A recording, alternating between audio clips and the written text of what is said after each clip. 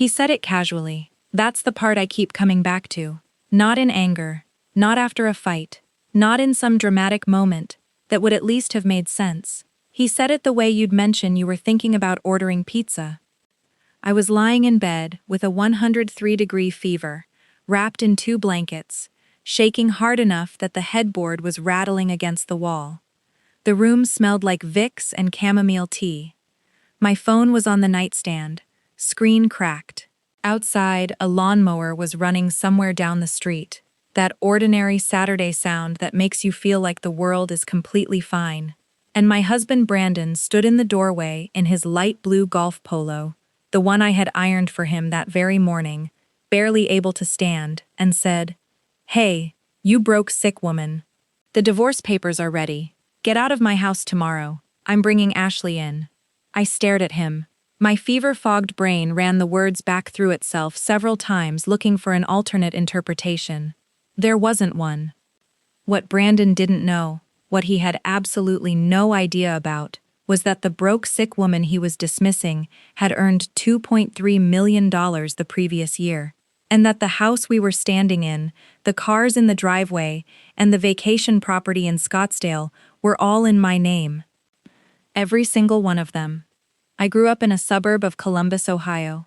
Middle-class family, coupon clippers who still made it to Florida every summer. I learned early that if you wanted something, you put your head down and you worked for it. Nobody was handing anything to anyone.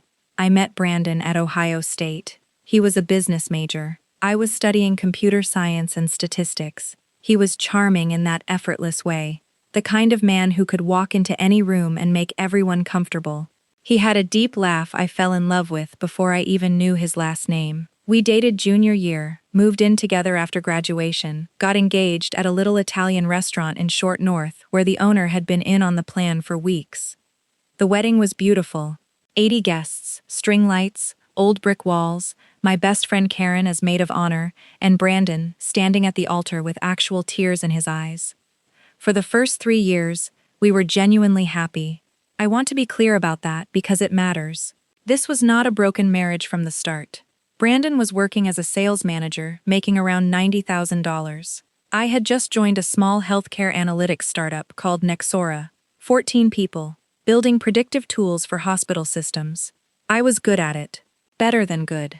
I had a knack for seeing patterns in data that other people missed.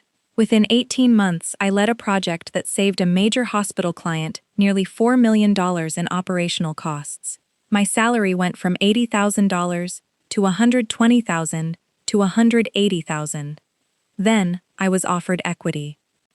When Nexora was acquired and that equity payout landed in my account, $2.1 million after taxes, I sat at my kitchen table for 40 minutes and just breathed. I didn't tell Brandon right away. That sounds suspicious, I know. But Brandon had been struggling. His commissions had dropped. His ego was already bruised. We'd had tense conversations about me out-earning him, and I had learned to be careful about how I framed things. So I told him I'd gotten a nice bonus. I said it was about $40,000. I know how that sounds now. At the time, it felt like the kind of white lie that keeps a marriage peaceful. After the acquisition, I stayed on with the parent company, Nova Bridge Health, as a senior data architect. Salary jumped to $210,000. Performance bonuses pushed my total compensation well past $400,000 in a good year. I invested the equity carefully. Index funds, real estate, a small stake in a friend's startup that did well. My financial advisor, Linda Chen, called my portfolio exceptionally managed for your age group, which I still think about sometimes.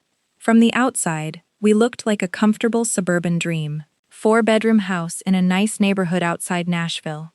Brandon had taken a sales director role there that made him genuinely happy for the first time in years. The house was 3,000 square feet, good schools, HOA neighborhood. I paid for it in cash. Brandon thought we'd taken out a mortgage. He signed papers I told him were routine closing documents, and technically they were, just not a mortgage application. I am not proud of how much I kept from him, but every time Brandon learned the full extent of my success, something shifted in him. He'd go quiet for days, make little comments, Must be nice to just print money, then apologize and say he hadn't meant it. I loved him. I didn't want our marriage to become about scorekeeping. So I maintained the fiction, and I kept building, quietly, carefully, a financial life he knew almost nothing about. Karen knew. My accountant Richard knew. My attorney, Diane Holloway, who I had retained as a quiet precaution 2 years earlier, knew. That was essentially it. The first sign was a Tuesday in March. Unremarkable Tuesday. I came downstairs around 11 p.m. after a long work session and found Brandon at the kitchen counter, phone face down, beer gone warm. He startled when I walked in. "You okay?" I asked. "Fine," he said. "Just tired." He poured the warm beer down the sink without looking at me, said goodnight without kissing me, and walked upstairs. The bedroom door closed. Not slammed, just closed. And somehow that was worse. I told myself it was nothing. But the phone stayed face down on every surface he set it on. He started working late on Thursdays, then 3 evenings a week, then 4. He rejoined the gym, a membership he'd let lapse 2 years ago, and laughed about renewing. He bought new cologne. He started caring about his haircut in a way he hadn't since we were dating. I noticed all of it. I filed all of it away. You can't accuse someone of something you can't prove. You can't blow up a 9-year marriage on a feeling. Then I got sick. It came on fast, the way the bad ones do. Fine in the morning, shaking by afternoon, 102 by evening, 103.4 by the next day. My whole body ached. I could barely walk to the bathroom without gripping the wall. I texted my team that I'd be out, which I had done maybe twice in 5 years at Novabridge, and crawled back into bed. Brandon was home that first morning. He stood in the doorway, looked at me the way you look at an inconvenience, and said, "Do you need anything?" in a tone that made clear the right answer was no. I said I was fine. He nodded and left. I heard him downstairs on his phone, his voice low and warm, in a way it hadn't been with me in months. He brought me a glass of water once that entire day. By day 3, I was barely coherent. Karen had offered to come over. I'd told her not to, because I didn't want to expose her. I was alone in that big house, in that big bed, sicker than I'd been in years. And the man who had once driven 4 hours through a snowstorm to bring me soup was downstairs texting someone who made him smile. That was when he appeared in the doorway and said it. Casually, in his light blue polo, leaning against the doorframe like it cost him absolutely nothing. I stared at him for a long moment, and then, despite the fever and the humiliation and the shaking in my hands, something settled in me, something very clear and very cold, like a door closing quietly in a room at the back of my mind. "Okay," I said. He blinked. He had expected tears, maybe begging. What he got was me reaching for my phone. "Okay," he said, mimicking me with a smirk. "Glad we're on the same page." He walked back downstairs, and I called Linda Chen. She picked up on the second ring. "Linda," I said, "I need you to help me move some things." I spent the first day in bed because my body genuinely would not allow otherwise, but I spent those hours on the phone. Linda, Richard, and Diane Holloway, who answered her cell at 8:30 in the evening and listened to everything: the hidden finances, the cash purchase of the house, the equity payout, the Scottsdale property, all of it. She was quiet for a moment when I finished. "Well," she said, "he has no idea, does he?" "None," I said. "Okay, here's what you're going to do." By day 2, I was upright, shaky, still running a low fever, but functional. Karen came over with homemade chicken soup and sat at the foot of my bed while I walked her through everything. Her expression cycled through shock, fury, and a kind of fierce, glittering satisfaction I will always love her for. "He called you a broke, sick woman," she said flatly. "He did. In the house you own. In the house I paid $2.1 million cash for." Karen set down her spoon. "I need to be in the room when he finds out." I actually laughed. It hurt my chest. I laughed anyway. On day 3, Brandon came home and found me sitting at the kitchen table with Diane Holloway, and a man named Gregory, who was a process server. I was dressed, hair done, fever down to 99. I had on the charcoal blazer I wore to board presentations. Brandon stopped in the doorway and looked at the three of us. "What is this?" "Please sit down," Diane said pleasantly. He sat. He looked at me. I looked back at him steadily, and I watched the first flicker of something, not quite fear yet, but the precursor to it, move across his face. Gregory placed an envelope on the table in front of him. "You've been served," he said. "Have a good evening." And he let himself out the front door. Brandon stared at the envelope. "What is this?" "Those are divorce papers," I said. "Mine. Consider yours delivered." I let that land, then I continued. "The house you told me to get out of, it's in my name.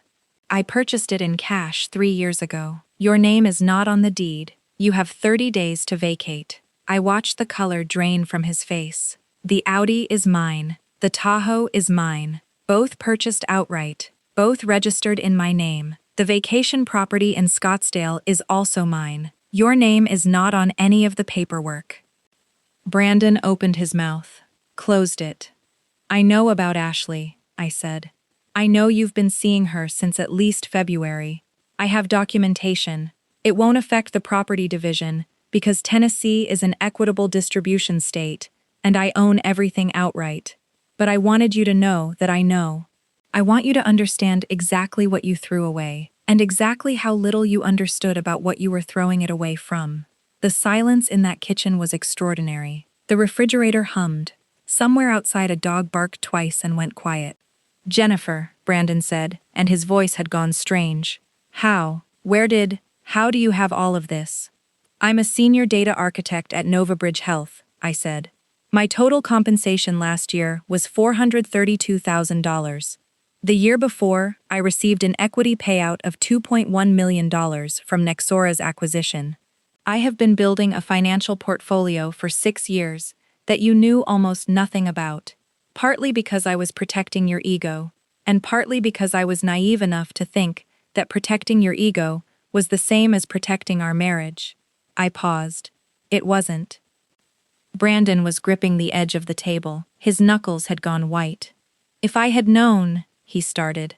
"If you had known," I said quietly, "you wouldn't have called me a broke, sick woman and told me to get out of the house. Is that what you're about to say?"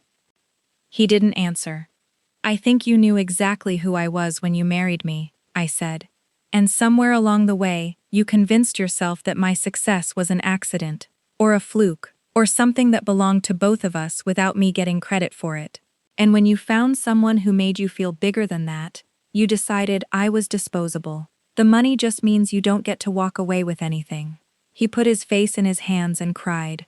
"I want to be honest about that, because it would be easy to leave it out. 9 years of loving someone doesn't switch off. I felt the old pull, the instinct to reach out, to fix, to comfort. I felt it, and I let it pass, and I did not move." "You have 30 days, Diane said gently. I stood up. I picked up my blazer and my phone.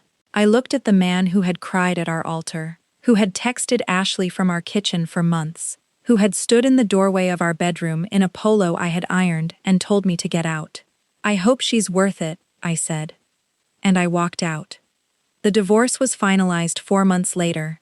Because everything of value was legally mine, Brandon walked away with his personal belongings and about $40,000 from our joint household account, his fair share of what he'd contributed. His attorney apparently spent 3 sessions trying to find angles that didn't exist. There were no angles. The paper trail was airtight. I sold the Nashville house, $900,000 in that market, and bought a place in Denver, where Novabridge had an office and where I had always wanted to live. 3 bedrooms, a view of the mountains, a kitchen with a gas range and good light in the mornings. I put art on the walls that I chose myself. I bought a couch in exactly the color I wanted without negotiating with anyone. Karen came to visit in October. We cooked an early Thanksgiving. Just the 2 of us, her boyfriend Marcus, my colleague Priya. Too much food, too late a night, laughing until we couldn't breathe. And at some point, Karen raised her glass and said, To broke, sick women. I raised mine back, and I meant it with everything I had. Linda called in November to tell me my portfolio had crossed a new threshold. I sat with that number for a moment, then asked her to allocate a portion to a scholarship fund for women in STEM from working-class backgrounds, the kind of family that clips coupons but still makes it to Florida every summer. She said that was a wonderful idea. I said I knew.